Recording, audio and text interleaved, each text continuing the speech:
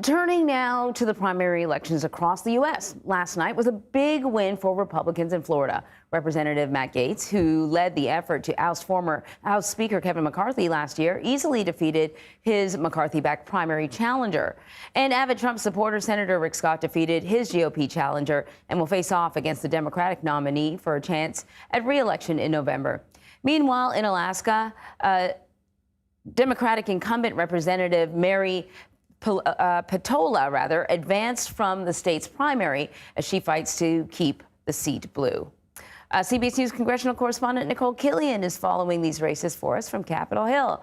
All right, so Representative Matt Gaetz and Senator Rick Scott both won their primary races. Can you talk about, I guess, the significance of these wins, or were the wins pretty much expected?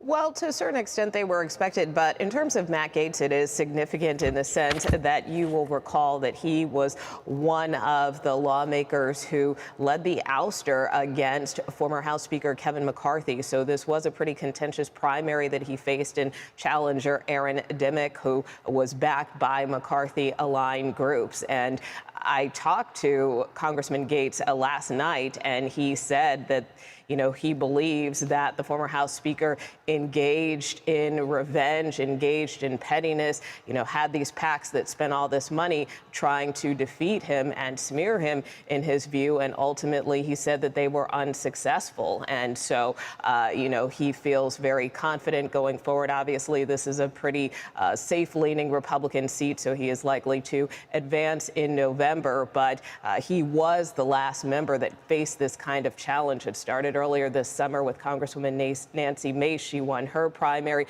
Really, the only incumbent that was defeated this summer was Bob Good of Virginia, and there were some other factors involved in that race. So in terms of this so-called quote-unquote revenge tour, it was largely unsuccessful for the former House Speaker. That being said, he continues to campaign for other candidates throughout this cycle and continues to make a pretty visible presence here on Capitol Hill.